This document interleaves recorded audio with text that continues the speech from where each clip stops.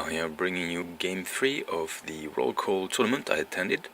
This game is against Rando Howard's High Elves, and I faced Rando into the SCGT game. It was a good game, very intense, and this one I hope I give him a bit more of a challenge. Rando is a very tactical player, as you will see, he's a very good player as well, and very friendly, so really enjoy playing him. So hope you enjoy the game, hope you enjoy the report. Here it goes. In this game we're playing Capture the Forest, so it's a variant to Capture the Tower. We get a forest in the middle, it's a blood forest, so if you shoot magic at it or from it, it will move and cause you some D6 strength 6 hits, which isn't fun. And the one who has the most fortitude next to the forest wins 825 bonus points, victory points for the battle, so non-negligible. For magic I get very lucky against my level 2 of Slanesh, get Hysterical Frenzy, Pavano Slanesh, Cacophonic Choir, and my opponent has a level 4 of High Magic with Hand of Glory, Walk Between Worlds, Arcane Unforging, and Drain Magic. He also has a level 2, but as far as I remember it didn't do anything magic-wise. Sorry for the blurry picture. My opponent from the left has Silver Helms, 13 of them, with a level 2 and a hero. He then has 5 rivers in front of them. We get 2 eagles standing in the middle. Next to them is this big block of Phoenix Guards, 16 of them, with his level 4 general of High Magic and a BSB. On the right of the Phoenix Guards is 6 Dragon Princes. Behind the Phoenix Guards we have 23 archers, and then in his backline we have 4 bolt throwers. A bit more shooty compared to the list he brought into SCGT, but nonetheless quite interesting, quite hard to deal with. Very, the big block of Phoenix Guards is going to be hard to get through. And then on my side I deployed from left to right Dragon Hounds, the Chimera, my Cave Servants, my 18 Warriors of Chaos full command, and in there I put my level 2 of Slanesh. I then have a Slanesh Chariot with some Dragon Hounds, my Dragon with his Back Scratcher Lord, and in front of that is another Slanesh Chariot. Next to him is the BSB on a Demon Mount, and on the right hand side I've got my 3 Dragon Ogres with a champion in there. My idea there is to take care of his bolt thrower as soon as possible, get the points from the Dragon Princes. If I get the Dragon in there, with the Lord, I do not have magic weapons. I have the Trickster's Shard, so he will have to reroll successful war saves. So I'm hopeful, but I just need to get there.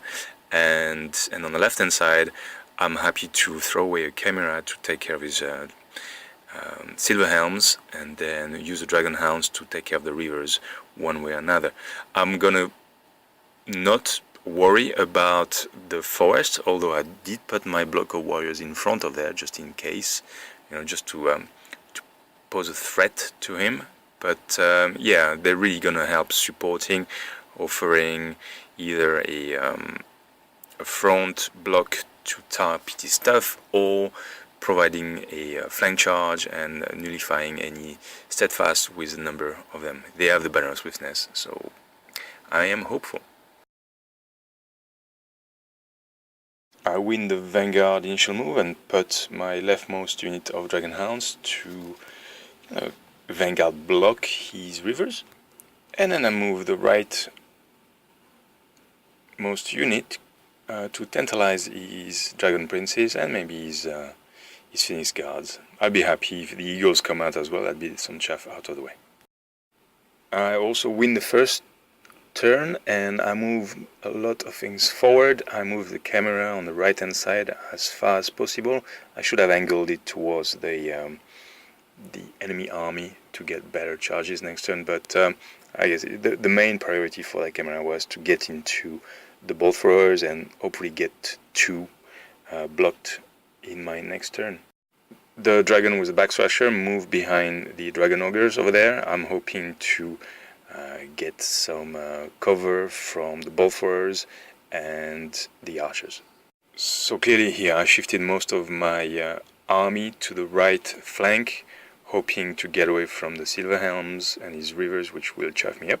In Magic Phase, my level 2 in the Warriors of Chaos unit there casts Historical Frenzy on the Reavers. My hope is for them to charge the Dragon Ogres, the Dragon Hound, sorry, but he dispels it, and then cast Pavan Slanesh on his level 2 in his unit of Silver Helms, but he passes his leadership test. This is a better picture of the right flank and my setting up for next turn charges. I have turn 1, the Reavers get into the Hounds. The Dragon Princes charge the Hounds on the right hand side as well.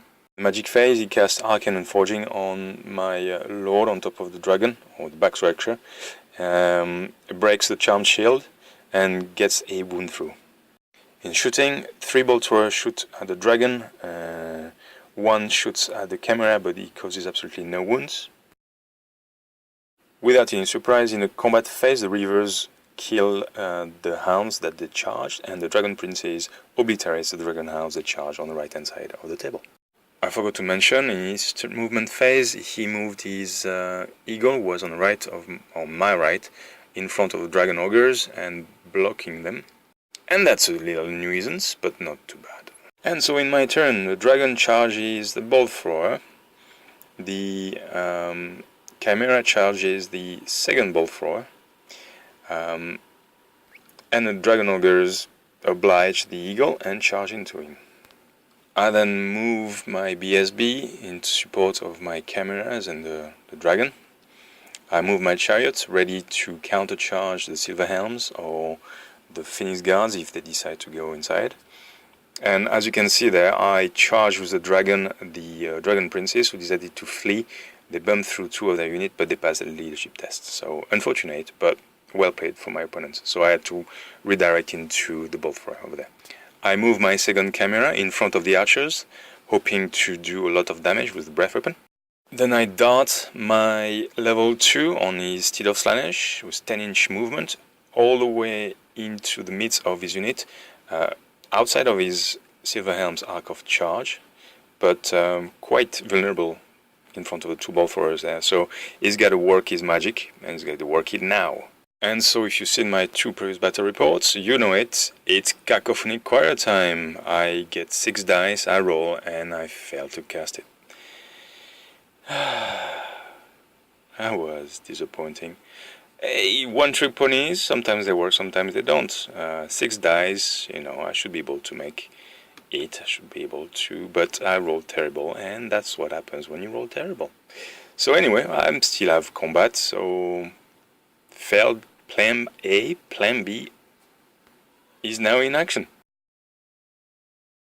And then in combat, the Dragon destroys the Bolt Thrower and reforms towards the rest of the battle. The Chimera destroys the Bolt Thrower and runs into the side of the archers, who got with their number dwindled due to the flaming breath, but not that much. And the Eagle is chopped into tiny little breast pieces for his chowder, and the Dragon Ogres reform to back up the BSB. I have turn 2, the Silver Helms charge into my Warriors of Chaos, or the Cave Servants, and they lose 1 for the trouble, going through dangerous terrain.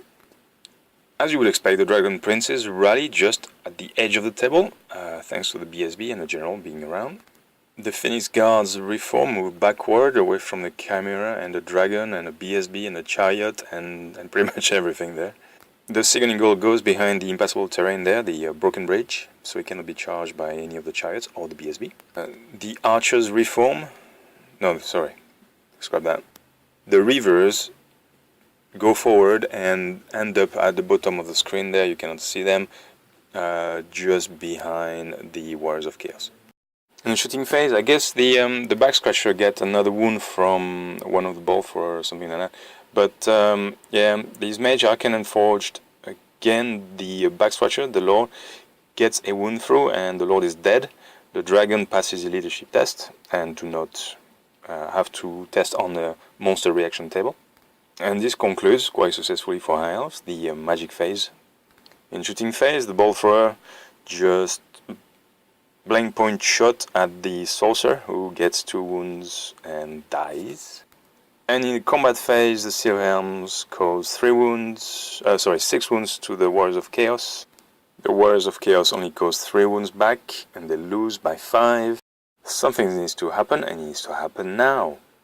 Dragon Host turn 3, my dragon charges the flank of the archers, the camera charges yet again another ball thrower, and the BSB charges the eagle who was chaffing him in the previous turn. I move the dragon ogres in such a way that they are in a long distance for charging by the Silver Helms, but they are still a threat and support the flank of my dragon and my BSB there. The warriors rally, but are out of combat for this turn at least. And I forgot to mention something quite important: the 2 chariots of Slaanesh charge into the Silver Helms, hoping to capitalize on some strong impact hits. Unfortunately, dice are not very good for me. I do cause 10 impact hits with the 2 chariots, which is average I take, but only 2 wounds in total. And then his character causes 4 wounds to a chariot. The unit itself ends up causing 0 wound, which is good. However, that's still 1 chariot down. The second chariot causes 4 wounds, which I'll take, which is pretty cool. In the end, I lose combat, but my remaining chariot sticks around, and that's a Silver Helm stuck for another turn. And now the big combat. Well, of course, the BSB kills the eagle and overruns towards the dragon. The dragon and the chimera give everything they have: breaths, storms, and everything. 17 wounds, 17 dead high elves, which Lord Tremendous is going to be happy for. However, they are still steadfast, and they stick around with the general nearby. And that's quite unfortunate. Very unfortunate, I have to admit. On the bright side, the camera ate another ball thrower and is about to charge the last one. Or gets closer to that last one. Just falls short about 1.5 inch, which is infuriating. Turn 3, my opponent charges his dragon princes, which have reformed at the border of the table into the back of the leftmost chimera. The BSB position there blocked the charge to the flank of my dragons, so his Phoenix Guards have to make a long charge into the BSB, and I take it. I thought afterwards I should have fled with my BSB, but at the same time he would have been able to redirect into the flank of the dragons, so it would be a lose-lose situation. So I take it on the BSB, hoping to challenge and cause damage, and hopefully will get my dragon out of that combat with the pesky archers. He places his reavers in front of my Warriors of Chaos to block them, stopping charging the flank of his Silver Helms in case he doesn't destroy my chariot next turn. His magic phase, he casts Apotheosis to give the Phoenix Guards a better ward save, casts Hand of Glory on the Phoenix Guards to give them +2 weapon skill, and then casts Drain Magic, which adds another or additional ward on the Silver Helms, which is pretty cool. In the shooting phase, he causes 0 wound with his ball thrower. I think he was targeting the Warriors of Chaos. And in combat, the Silver Helms finish the chariot, and he cleverly reforms to provide some BSB support to his Phoenix Guards. The Dragon Princes kill the Chimera and crush its hope to eat yet another ball thrower. And as you would expect, the dragons and the Chimera finish the archers, and they reform to face the Phoenix Guards. The BSB, however, crumbles under the combat resolution. Didn't do enough wound, fluffed completely, challenge, but yeah, that wasn't good enough. So he's dead. I think he's just dead. Yeah, it wasn't combat res. I think he just killed him outright, and then he reforms to face the dragon with the Phoenix Guards. So turn 4, things are definitely not going my way. I'm hoping to do a lot of damage, so I do a triple charge: Dragon, Chimera, and Dragon Ogres into the Phoenix Guards. They do have all these wards and everything, but I may pass, get a few wounds through, I hope so. Also charge the warriors into the rivers. Maybe I'll win one combat in that game, maybe. With all the combined attacks Stomp and Thunderstomp, I only cause 6 wounds to the Phoenix Guards. They cause 6 wounds back. And I believe we end up with a draw. Yeah, with the full command, the banner, the rank, the charge and the rear charge. Yeah, I think it's a draw. Oh yes, and good news, the warriors kill the rivers and move towards supporting the remaining units of my army. In turn 4, as expected, the high elf player charges the Silver Helms into the flank of my Dragon Augurs. In the shooting phase, he causes a wound with his bolt thrower to the Warriors of Chaos. And I believe his level 4 was killed by either the Chimera or the Dragon in the previous turn, because I did not put any spells cast by my opponent on this turn there. The combat, however, is brutal. The Silver Helms hitting the champion of the Dragon Ogre's unit causes 4 wounds, so that the Dragon Ogre gone. Well, the champion at least. The Phoenix Guards put everything they have into the Chimera and kill it. And the Dragon proceeds to hurt the Dragon Princes, but not enough, so they stick around. The Silver Helms are out of combat, which is a good thing, I guess. And also the Chimera fled, sorry, it's just at the top of the screen there. It fled, and it's gonna rally on the 5, which is unlikely to happen, but you never know. The dragon, therefore, is stuck into combat with High Ward Dragon Phoenix Guards, and most likely gonna be charged next turn by Dragon Princes from the back, Silver Helms on the side, and fighting the Phoenix Guards on the front. But it's a dragon, it's epic. Turn 5 for Dragon Hosts. I move the Warriors of Chaos into the Blood Forest, thinking, well, if they survive and they stake, then I get bonus points. And I'm very nice to announce that in the end, the dragon charged in the rear by the Dragon Princes, flanked by the Silver Helms and fighting the remaining Phoenix Guards, get killed and succumbs to the sheer amount of wounds. And my enemy units reform towards the center of the battle and try to get the forest. He's got 2 turns to do it. High Elf turn 5. He casts cleverly a Walk Between Worlds on his Silver Helms, who just pop in the back there. I don't remember if he tries to magic them, but that doesn't do anything, so we're going to my turn 6. I turn around, bracing myself for a charge from the Silver Helms, which he hesitated. You know, he won the game. Did he need the extra points? He tries, what the hell, why not? So he charges my warriors. He gets 5 wounds through. The warriors do absolutely nothing against the Silver Helm. They break, and they flee just enough so they're off the forest. Victory, High Elves. So I am not tabled, but it's almost as if. There's a picture of the wounded dragon who valiantly tried to eat as many High Elves as he could. I guess he got indigestion on these archers in the previous combat turns. Yeah, very tough. I felt, I don't know really. His magic was overwhelming, and my magic was just crap.